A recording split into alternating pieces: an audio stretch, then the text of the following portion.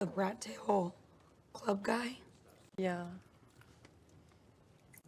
Josh. What? I hate his vibe.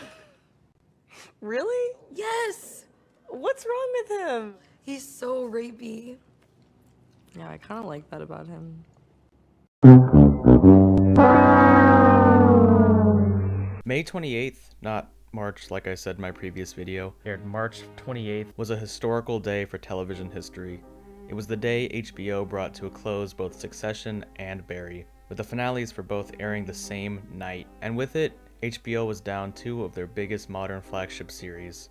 And a week later, they decided to follow it up with this. Fucking stretch that tiny little pussy. The Idol is one of HBO's newest series, and it comes from the mind of Sam Levinson, the man who created Euphoria, a show that I really loved for the first season.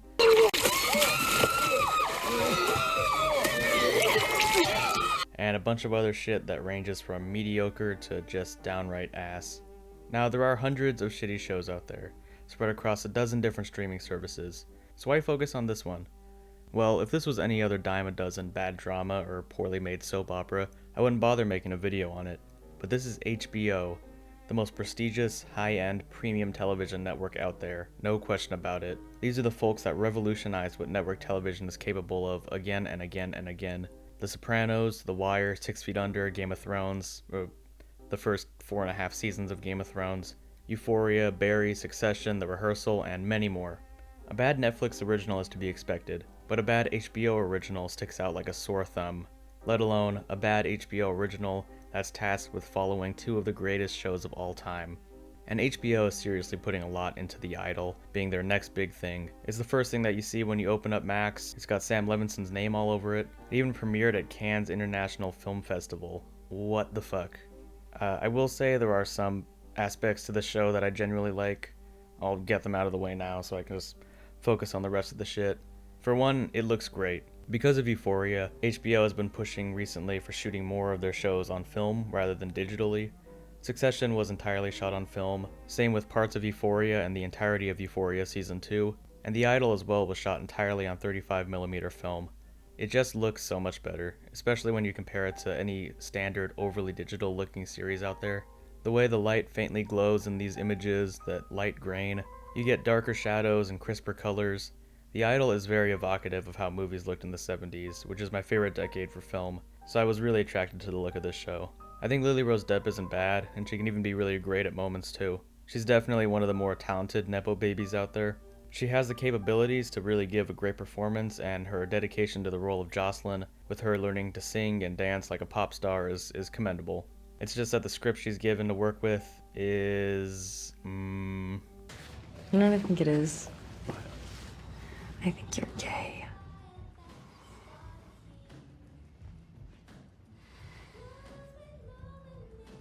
I ain't gay. Let's just say it really holds her back. What else is there? The original score is nice. I don't know, I might think of something later. The Idol is by all means a bad show. It's repetitive, pretentious, substanceless. It's a nothing burger of unoriginal ideas, bad writing, over-sexualization of its leads, forgettable characters, and just not having much to say at all, as well as boosting a truly comically bad performance from The Weeknd. Let me catch you looking at her again. Let me catch you looking at her again. I'm not. Let me catch you looking at her again. I'm sorry, Let I'm me not fucking sure. catch you looking at her again. I'll fucking drag you down Rodeo while your fucking ass just fucking stomp you. I'll fucking curb stomp you. I'm sorry. I'll fucking curb stomp you. I'm sorry. I'm not sure what you were interpreting, but Let me see I wasn't it. doing anything. Let me see it. There's some really interesting behind-the-scenes drama that does well to explain why the show is the way it is.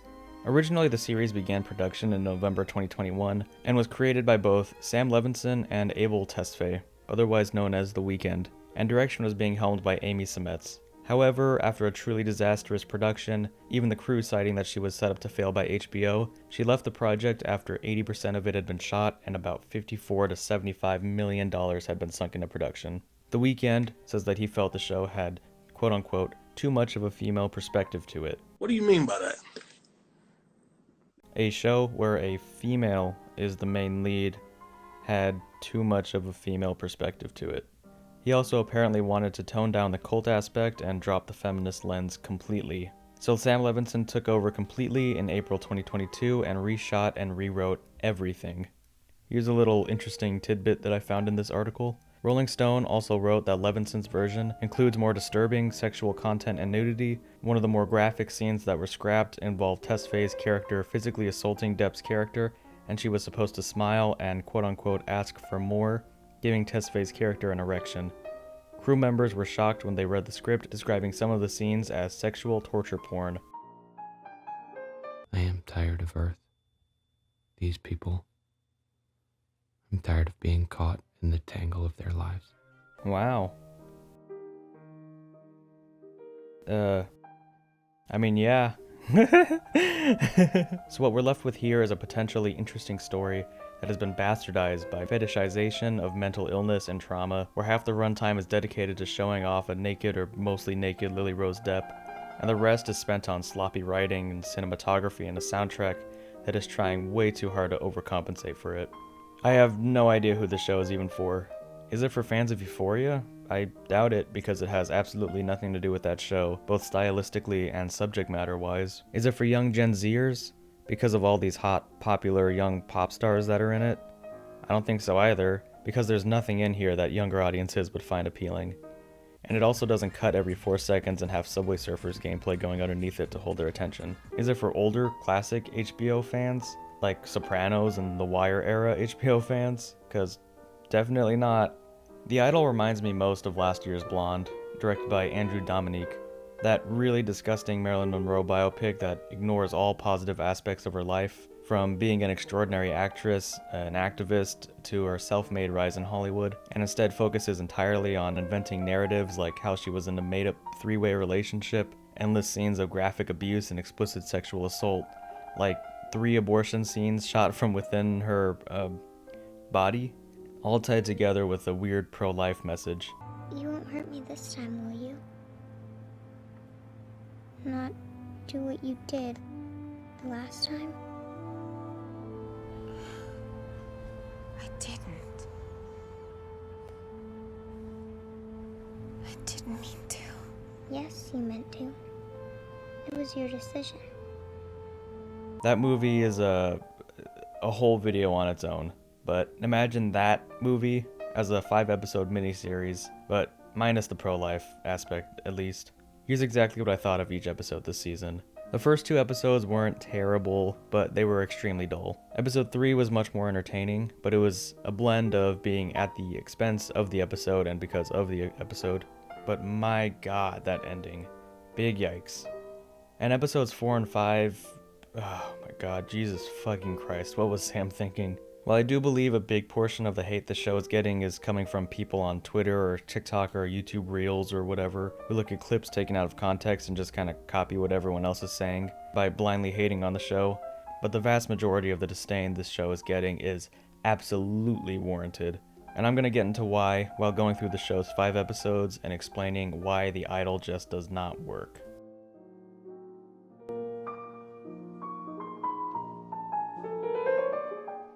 When it comes to television nowadays, you really gotta nail that first episode. Attention spans are at an all-time low, and you really gotta nail the first impressions you make on the audience to get them hooked.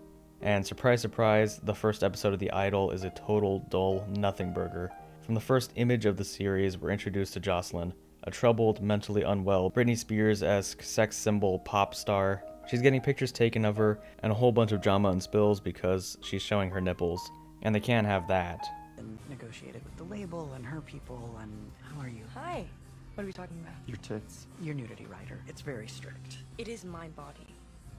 Yes, yes it is. And no one is arguing that. If you want to show your body, which would be great, we have to change the nudity writer. Okay, so let's fucking change the nudity writer. It takes at least 48 hours. Okay, so I'm not allowed to show my body? Not in the general, like, human rights structure of it all. If she wants to be nude, all we have to do is redo the writer and come back in 48 hours. Very big bathroom. Please. Fucking do it. What are you doing? And then more drama and spills because a picture of her with juice on her face got leaked. This is the main conflict of the episode. For like the next 20 minutes, we follow her managers and producers around while they rant and rave about this fucking juice picture. What? On her face. What? Someone came on her face and then took a photo. You want to get in closer? Oh, that was a selfie? She took a picture, that was... Yeah, you could tell by the angle. I mean, it's like a... She was on her fucking knees. Yeah. She wasn't standing. Well, and she was on the ground. Why would she do it to herself? What? He probably why was would... fine as shit, had a big-ass dick, and she felt good. She fucking famous. She can't do that. But I don't know which of them came on her face. Within the first 30 minutes of this episode, our lead says like 2 lines, and the rest is taken up with this. No, I was having fun. I was getting fucked in the ass of the Capitol Records building stairwell and then walking straight into meetings. What kind of first impressions does this leave on the audience? What kind of show are we expecting to get ourselves into?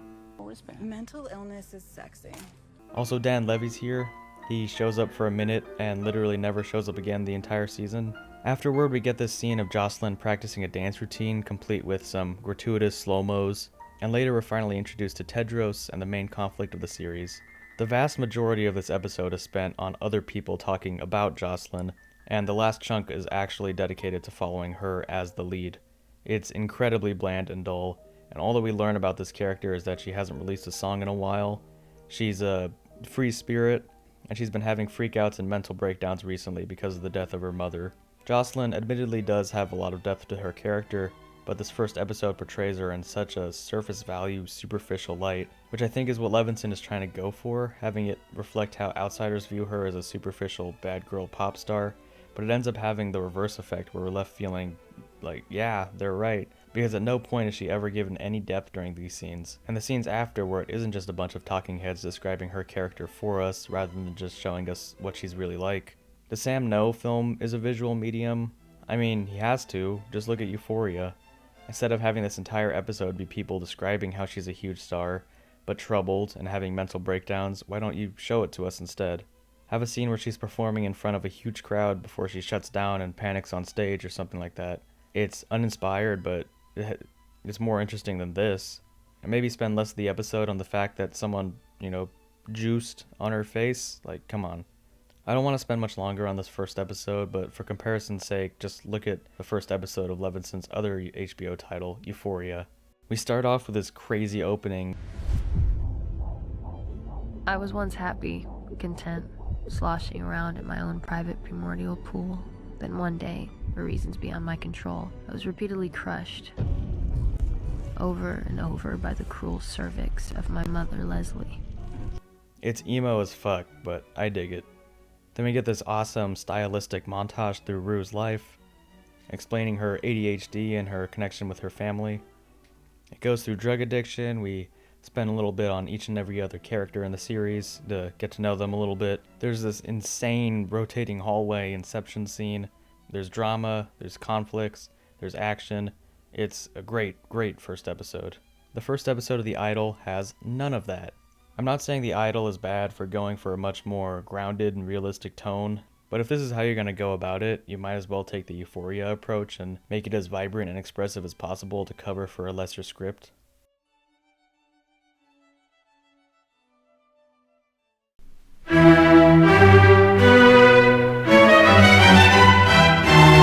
This episode, while still dull, is definitely a step up since Jocelyn actually gets a chance to take center stage, and most of it isn't spent on other people talking about her, rather than just having the show, be about her.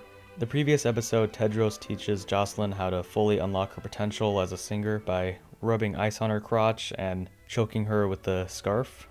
And by the way, this new updated version of her song is essentially just the same song, but with like stock sex sound effects layered onto it.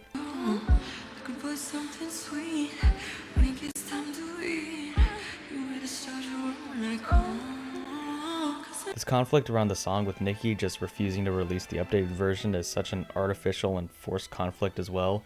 There's no reason why they can't just release 2 versions of the same song. It's not like that's a rare thing a lot of bands and singers do all the time. And it'll only be beneficial with people listening to both, so the numbers of listeners will essentially be doubled for Jocelyn. There's no other reason why this conflict should be happening other than just the plot needs conflict to happen. Like, the song is already fucking shit, but the other version is lesser shit. When it comes time to eat, you better start to run when I call, 'cause you know I don't really know how to handle it, so get down on your knees and get ready to become my bitch, I'm just a freak, yeah, you know I want it bad, and we can meet, yeah, but I don't need to know your name. You can pull my hair, touch me anywhere, whips and chains, I'm just a freak, yeah, so show me why you came. This is what Sam Levinson thinks makes a pop song in 2023. But back to the episode. It's revealed that Tedros is manipulating Jocelyn and trying to get her back on top for his own personal gain. And Jocelyn completely ignores about 1,000 red flags thrown at her because his dick game is crazy, and his dick game being crazy makes her sing better. This fucking show. I know a lot of people watch this show for this girl, Jenny, who I guess is a big K-pop star. I don't listen to K-pop, so I had no idea who she was.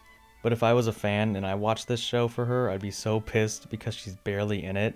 And they set her up as some sort of villain and then just do nothing with it. Like, I forgot all about her character every single episode until it cuts to her and I'm like, oh, I forgot about her. Hilariously, there's this playlist on YouTube with every scene she's in, and excluding the music video at the bottom, it combines to a total of 11 minutes and 5 seconds across this entire series. I enjoyed this whole shooting the music video scene. It's definitely derivative of, say, Whiplash or Black Swan, but it's one of the few times where it being uncomfortable and hard to watch feels somewhat deserved and not reliant on pure shock value. Although the whole one time she's got everything right, the camera just fucks up for no reason at all. Shit was so dumb. Awkward. Yeah, don't fight it. Don't fight it. You've done it before. Don't fight it. You've done it before. There you go. Yeah. Lower. Thrust. Yeah. Now look at Sophie. They're the audience. Make them believe you want to fuck them. Lower. Lower. Lower, Isaac. Fucking lower. Yeah. You're not a human, Isaac. Don't forget. You're a fucking star. We're officially introduced to Tedros' quote-unquote family here, made up of Chloe, Isaac, and later 2 other people who get like a minute of screen time each. I hate all of them.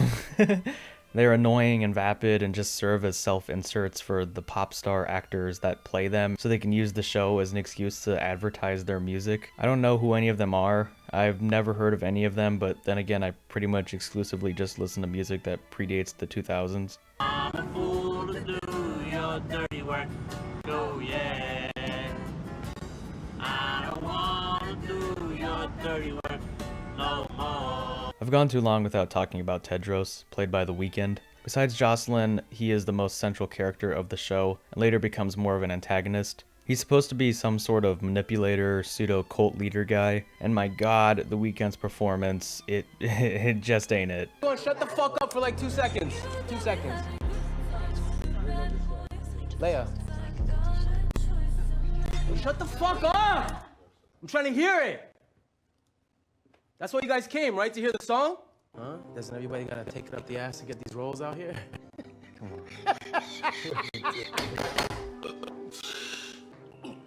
I told you I Whoa!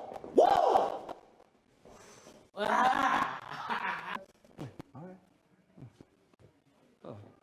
Throughout the series, he ranges from not bad to legitimately terrible. He was a terrible fit for this role. I just don't buy him as this type of character at any point. And he's also kind of weird looking. His big bug eyes and really round head is very distracting. I think The Weeknd can be a solid actor. He had a super small but really memorable role in one of my favorite movies, Uncut Gems, where he just played himself.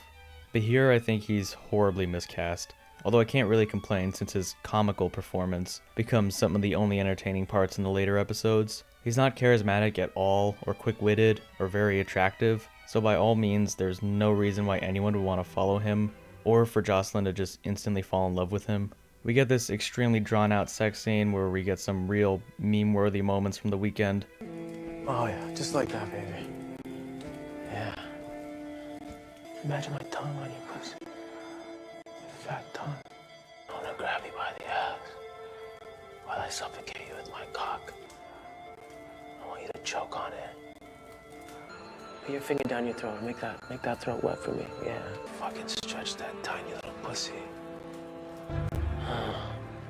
Then they all sing this really dumb song that they push very hard throughout this season, and Jocelyn's indoctrination into the cult of Tedros begins. Episode 2 was boring and bland, and I didn't even talk about the plot much because there's not much to talk about outside the music video scene, and moving on.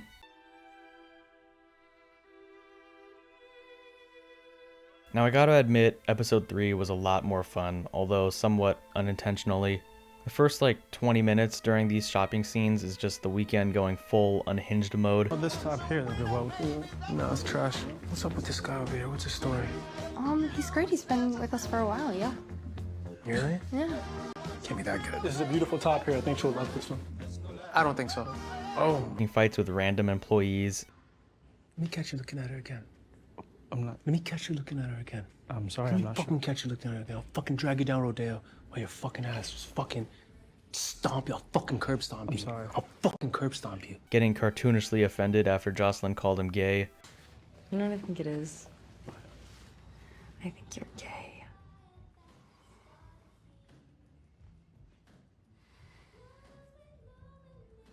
I ain't gay. Jerking off loudly in a changing room.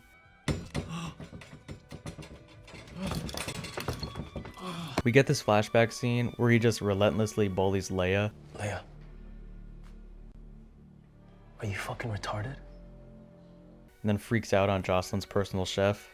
I think it was his personal chef. It never explains who this guy is. And then forces Jocelyn to fire him. It's wildly entertaining. We also get some more bits with Eli Roth's character, who plays Jocelyn's manager. Eli Roth being a semi-big cult horror filmmaker who has done some acting before, and whenever he's on screen, the show gets a lot more fun. He plays such a vulgar, crazy caricature of a music producer. Millions of dollars. Right now, she's making me have IBS. I'm fucking shitting more blood than a kid at Epstein's Island. He's having a lot of fun. Destiny and Kime meet with Tedros finally, and they know he's bad news. They realize he's taking advantage of Jocelyn and lying about his whole backstory and everything, but they just still decide to give him complete creative freedom and let him rule over Jocelyn. They don't even let anyone supervise the house or anything. They just let him completely run rampant, knowing he's a bad dude.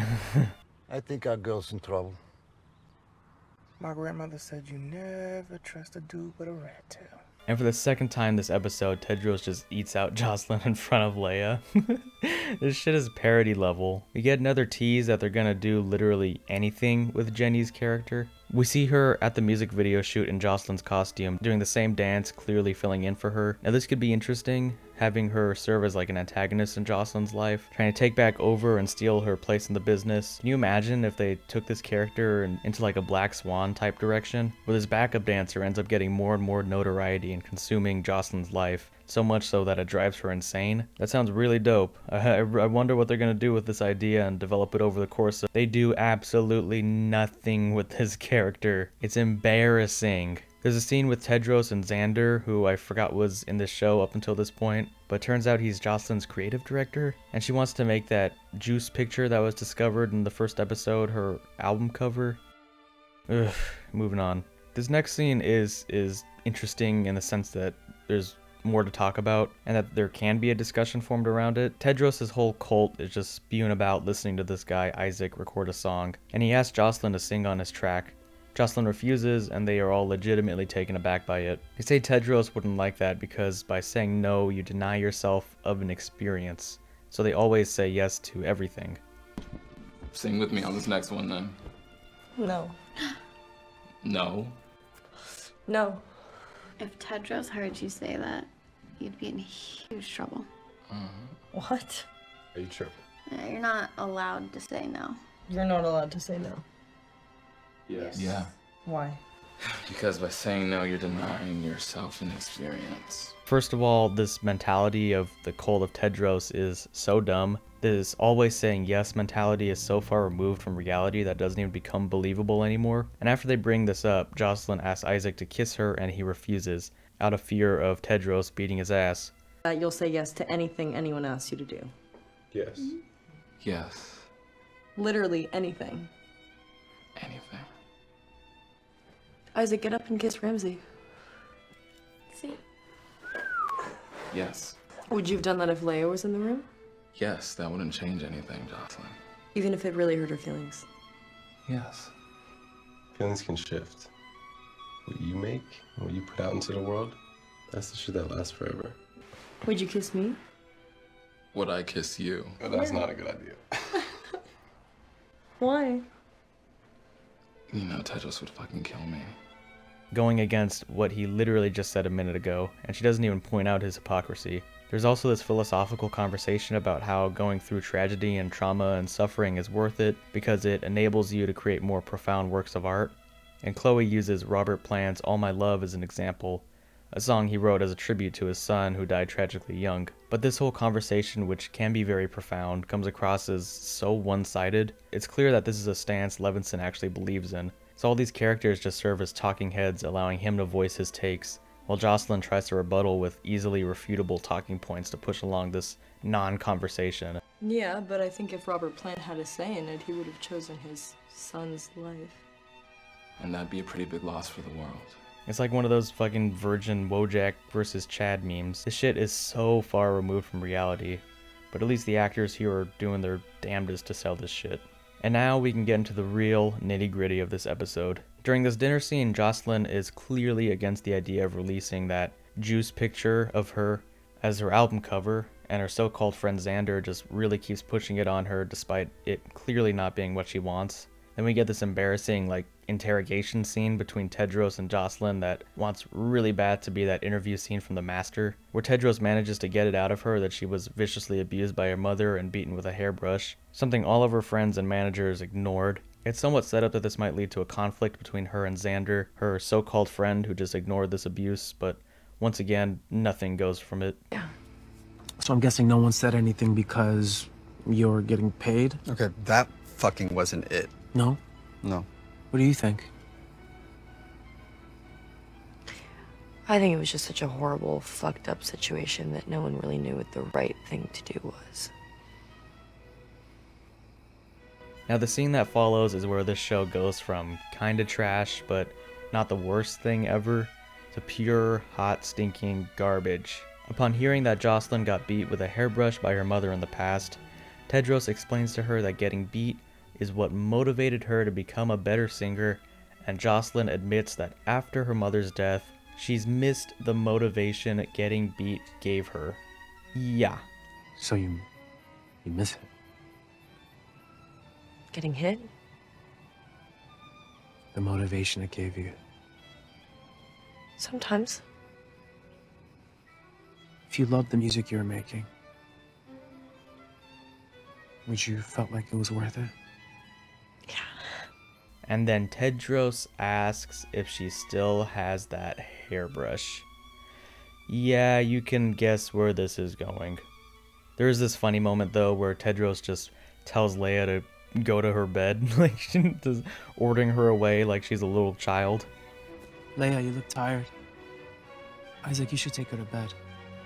Then we get this insane, comically drawn out scene that builds towards Jocelyn getting beat by Tedros. The music swells, it's all slow motion. We get this shot that looks like she's being knighted.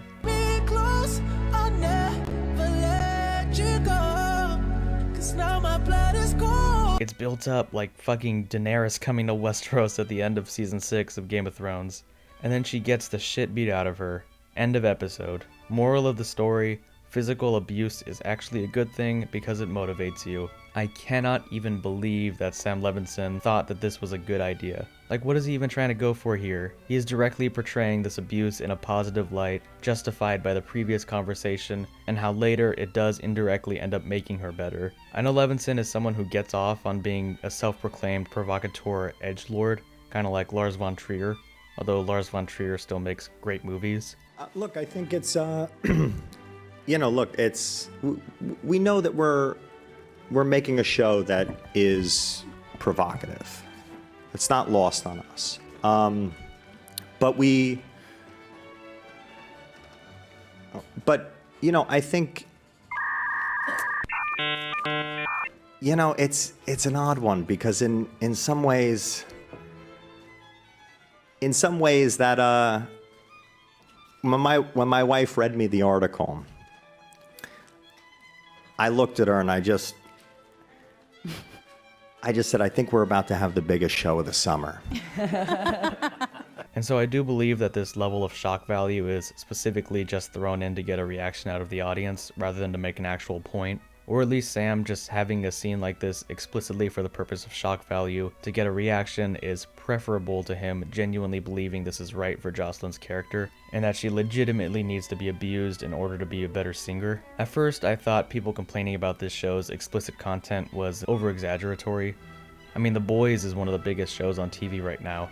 Beforehand, Game of Thrones was even bigger. I think a lot of what happens in those two shows are much crazier, but the difference being the crazy shit that happens in those two shows usually aren't portrayed as being justified or right.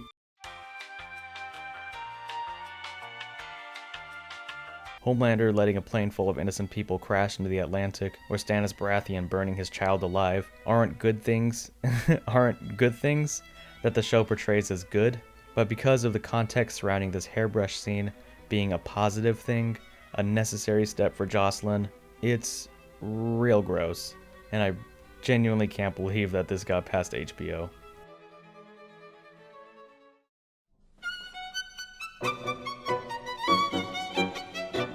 Episode 4 of The Idol is a goddamn fever dream. Like, I couldn't even believe most of the shit that happened in this episode really happened. This is when the show goes completely off the rails and throwing all possible believability out the window, but at least it's vastly more entertaining because of it. This is by far the best episode of the show, mostly in the sense that with it being the penultimate episode, we finally feel like we're moving forward or building towards something, while the first 3 episodes were incredibly meandering and aimless. This episode is focused on the ultimatum her producers set in the previous episode, where her and Tedros have to record 3 hit songs within 2 weeks, which I have no idea how that's preferable to just releasing the 2 versions of World Class Sinner. And later in the episode, we finally get some conflict between Tedros and Jocelyn that sets the stage for the finale. Tedros is now fully in control over Jocelyn's entire life, and has turned her mansion into like this fucking Charles Manson Spawn Ranch type deal, with just dozens of strung out people all over it. I have no idea who these people are. There's such a wild disconnect between episodes 3 and 4. Mike Dean is introduced here, the famous audio engineer, music producer, songwriter. They make a big deal about Tedros knowing him in the previous episode. Really synthesize some of my ideas, so I reached out to Mike Dean. Are you familiar with Mike Dean? I mean, he's great. I mean, he comes to my club all the time. Am I familiar with Mike Dean? Mike fucking Dean. His vibe is what is needed. I mean, he's the greatest, and she deserves the greatest. Yes, she does. His introduction is something so ridiculous and out of place that it instantly sets the tone for the rest of the madness in this episode to follow.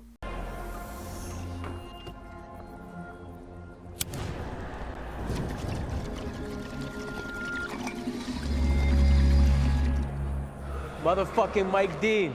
In the flesh. What's up? Destiny goes basically undercover to scout out what Tedros has done with the place, since they gave him complete freedom over the place for some dumbass reason. With the amount of money being sunk into Jocelyn, it makes zero sense why they would just leave her in the unsupervised hands of someone they don't even know and have just learned that he's a maniac. 2012, he got arrested.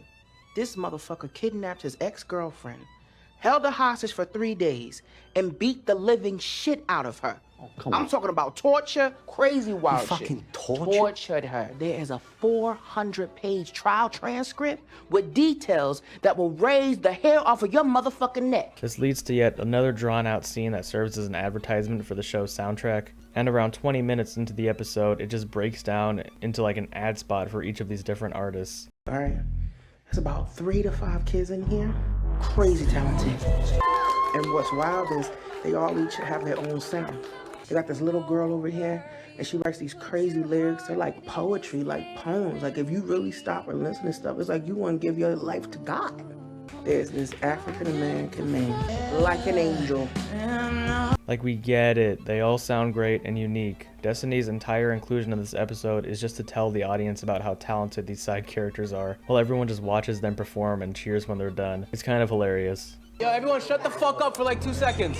2 seconds. Yo, shut the fuck up! I'm trying to hear it. That's why you guys came, right? To hear the song? The fuck was that? Here we go. That's not the song. good, right? It's fucking hard. Leia, please, just for like a minute, just 1 minute, just one, right? Yeah. Leia, shut the fuck up, Leia. Stop. I was talking to her. She was just responding. Baby, it's okay. You're very talented, Chloe. I like talking to you. We get yet another scene with Jenny for no reason. Like, fuck off, Sam. Quit pretending like this character is going to lead to anything. We also get this scene where Jocelyn is struggling to, really find the voice for this new song. And so Tedros, in the middle of this room, just starts groping her, and in turn makes her sing better. Ay, ay, ay. Each episode has to have some forced, ridiculous sexual situation, and this is Sam Levinson meeting his quota for that. I really have no idea what he's trying to go for with this scene, if it was supposed to be funny or was taken seriously, or I have no idea. Yeah. Finally, the plot gets moving along with this scene. This shot is just fucking hilarious. Just fucking Tedros standing there in the shadows like he's Batman. They make a huge deal about how Xander can actually sing because apparently Jocelyn's been telling Tedros that he used to but doesn't anymore, something that was never mentioned in the previous episodes. Tedros freaks out about how he doesn't trust Xander anymore because he lied to him about not being able to sing, and this leads to the most batshit scene that's taken place in the show so far. Because Tedros doesn't trust Xander anymore, this turns into a full-blown cult initiation torture sequence, with Tedros zapping him with like a dog bark collar whenever he lies to him.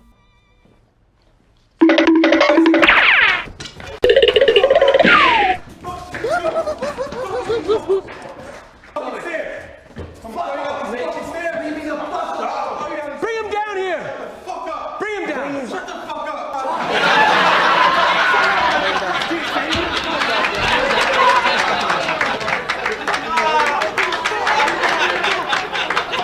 Stop fighting! Stop fucking moving! Stop! Everyone just stands around watching this happen too. Then they just leave him tied up, seemingly for like the next few hours, which is revealed later in the episode. Where is Destiny? Why isn't she seeing this? But Xander does tease at something bigger, saying that Jocelyn's mom made him sign a contract forcing him to never sing, which is ridiculous saying it out loud. And he also reveals that Jocelyn herself is supposed to be crazy controlling and takes advantage of everyone else around her, which is pretty much the polar opposite of what we've been seeing from her the entire series. This does set the stage for the reveal in the finale, but still doesn't make it feel any less out of place when that happens, which I'll get to. This episode begins to start forcing conflicts between its characters since it realizes it should start being dramatic, with it being the second to last episode and all. Earlier in the episode, there was this little moment. Something specific with her. What's funny? What's funny? I'm sorry, I'm so sorry. I was laughing at something else. But what he does to get it. I mean, and I didn't see. With no build-up or anything. It was completely out of the blue and a total shift on the characters, which is starting to imply some type of divide between Tedros and Jocelyn a little bit. There's some forced drama between Tedros and Leia again, but this scene was pretty hilarious.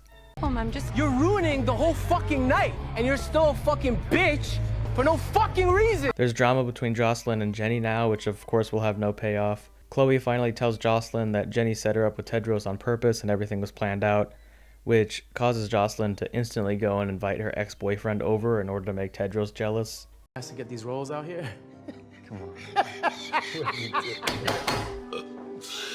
Whoa! Whoa!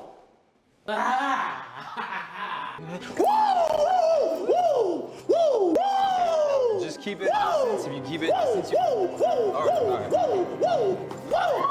There's this long, drawn-out sex scene that's so ultimately pointless and unnecessary. It doesn't accomplish anything or expand on the characters. Like, there's no point to it. We never see this character again in the final episode, so I spend like 20 whole minutes dedicated to this. Jocelyn wanted to make Tedros jealous, but the same point could have been communicated much more simply without this scene. It does end on a nice little trashy note, where Tedros gets Xander, who is completely loyal and obedient to him even after he did this, to take this raunchy picture of him in order to frame him for rape and destroy his entire life and acting career. Nice? Episode 4 is an encapsulation of everything that doesn't work about this show, from the gratuitous sexuality, the weekend's abysmal performance, forced drama and conflicts, general nonsensical elements, and lack of believability with the narrative, but this episode works far better than the previous 3 since everything is elevated to such a heightened degree that it kind of works, but I mean, it's still really bad. No surprise there. If the rest of the series was as chaotic and excessive as this episode, it, might have been worthwhile if Sam Levinson committed to making something more ridiculous, or with a tone of something like Boogie Nights. But as is, this episode definitely stands far above the rest because it is more self-aware about what it is. It doesn't redeem the show by any means at all, not even a little bit, but it is a nice little thing.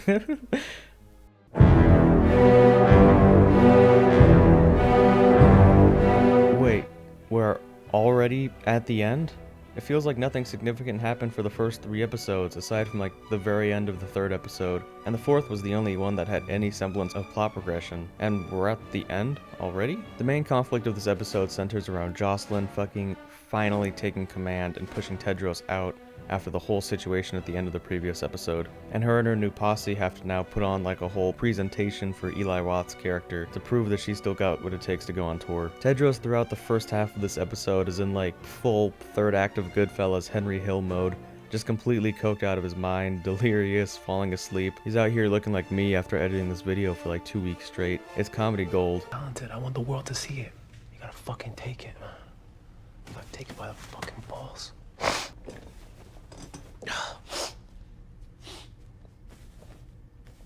This episode feels like it's stuck in a time loop where we get like 3 scenes of the same thing happening, where one of the pop star actors perform a song, all the producers cream their pants about how great and unique and talented they are, then the next person comes up and it happens again and again and again. This endless jerk-off fest over these pop stars is so obnoxious, like these people would just hijack this show and make it commercials for themselves. Look at this shit. This guy's a fucking god.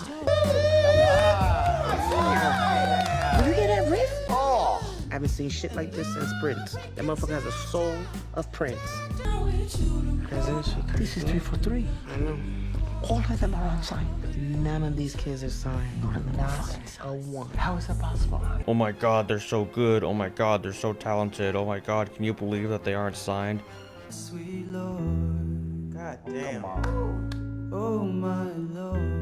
Are you kidding? Fucking Chels. Oh my god, he's saying one lyric and sounds exactly like every other generic pop star doing a cover of My Sweet Lord. Oh my god. We get this brief tease at an interesting route this episode could have gone down, with Nikki saying that she wants to become Tedros' producer or manager or something so that he can keep scouting out talented people. Meanwhile, Kaim and Destiny want to cut Nikki out entirely. Both these conversations are intercut with each other, and it makes it seem like this will be the main conflict of the episode, but once again, nothing comes of it, and it's dropped entirely in the next scene. Robert getting #MeToo'd gets a brief mention, which Tedros and Xander framed him for in the previous episode. This in turn makes him lose his acting gig in an upcoming superhero movie, and assumedly the rest of his life will be in shambles because of this. You'd think that this would be a bigger deal, that this innocent dude just had his life destroyed and it's promptly never mentioned again. There's no resolution or an actually Tedros framed him moment from Jocelyn that clears his name. Jocelyn doesn't even speak up about how there's no way he could have done what he presumably did because normally he wasn't like that when she was with him. This poor side character who never did anything bad just gets fucked and that's it. Like, what the fuck? I don't know, I'm just gonna do what the show did and move on from this plot point. Jocelyn agrees to get rid of Tedros for good, so Kaim takes him out where he's arrested, and it's intercut with Jocelyn performing one of her songs for Eli Roth's character. I did enjoy Kaim's monologue taking down Tedros. It's corny as fuck, but Hank Azaria really sells it. Little Red Riding Hood take these big rocks and they stick it into the wolf's belly and they sew it closed. Okay? So when the wolf tries to run away, he fucking bleeds out right in front of them, just bang, drops dead on the floor. She says to me, Daddy, when you heard this story, you were a little boy, were you scared? I said, no. She said, why not? So I look her right in the eye and I say, because I am the hunter. We cut forward, and Jocelyn is about to perform her first show of the tour. The bigwigs spend like 5 minutes straight talking about how they fucked over Tedros. Meanwhile, Tedros arrives at the stadium and has an artist pass to meet Jocelyn. And here, we get the big reveal that I would say the whole series has been building towards, but it hasn't, just like the last half of the previous episode has. It's revealed that this whole time, throughout this entire show, from the very beginning, that Jocelyn was in on Tedros' schemes, and that she was the real manipulator the whole time. Turns out the manipulated was the manipulator the whole time. Even her whole story about being abused by her mother was fabricated, seemingly, or I think that's what the intention of this moment was. Tedros was Jocelyn's quote-unquote muse this whole time, and that she was using him as inspiration for new music. The HBO behind the episode at the end features Lily, Troy with an E, and Levinson trying to explain how this makes sense as describing her in a way that the show never portrays her. She said this was the brush your mom beat you with. It's brand new. In the end, we really see Jocelyn's true colors. You don't think people are capable of hiding who they really are? She needs to devour those around her to feel like she's got something to say. Even in the episode itself, she never comes across like this at all. I feel like you can draw some assumptions about Levinson pushing this "turns out the victim was actually the one in charge" narrative as being problematic. It strongly undermines the abuse and trauma she supposedly went through, with it now being recontextualized as a ruse or a scheme from her. And the events of episode 3, with it still romanticizing abuse within the context of that scene, I don't even think Levinson knows what he's trying to go for with this story. This reveal comes off as far more like a last-minute ass pull to try and get another shock or surprise out of the audience. Maybe if there are more little hints or signs of foreshadowing strung throughout the show, but it's played so straightforward at the beginning of the show and only begins to have signs leading to the bigger picture in the penultimate episode.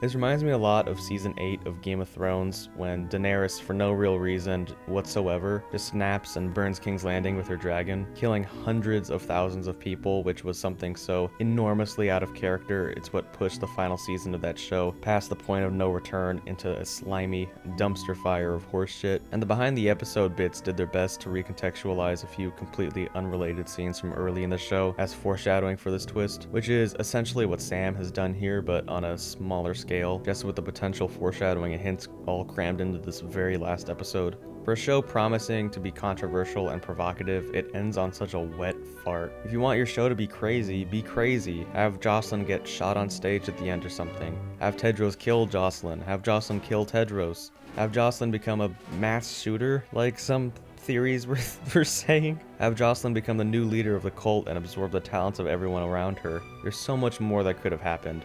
But as is, Jocelyn stands atop the stadium while thousands cheer, and Tedros stands longingly in the corner, a total nothing burger of an ending, which is what this nothing burger of a show deserves.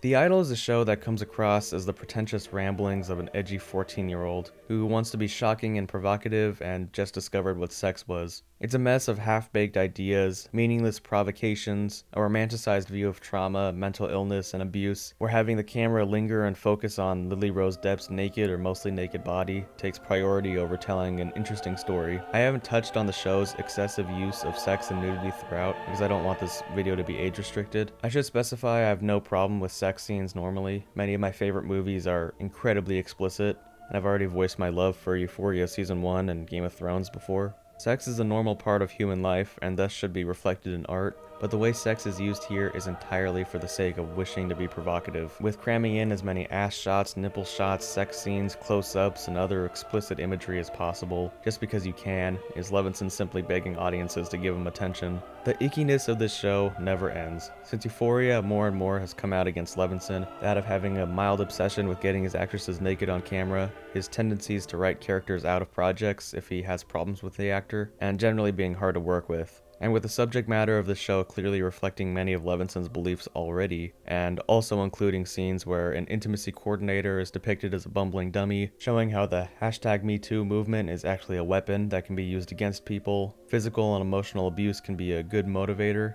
and victims can actually be the real manipulators. Just how many of these messages are simply provocations or things he truly believes? What can you expect from someone intentionally going out of his way to remove a feminist viewpoint from a project? I have no doubt Amy Semetz's original version of the show was better, or at least had more intelligent things to say in a more nuanced way, and with fewer close-ups on Depp's nipples. As I said before, this truly feels like a show made for nobody, that has nothing to say, isn't smart, isn't entertaining, and only crazy enough or problematic enough to be entertaining in small, short doses, while the rest is boring, meandering nothingness, while Levinson jerks himself off to his self-proclaimed provocations over the audience's face. It's just hard to believe that the man who once delivered one of the most emotionally profound seasons of television I've ever seen has devolved into shallowness and weird male gaziness. HBO, please stop sinking millions of dollars into this man, and at this rate just cancel Euphoria Season 3. There is no world where that season ends up being good.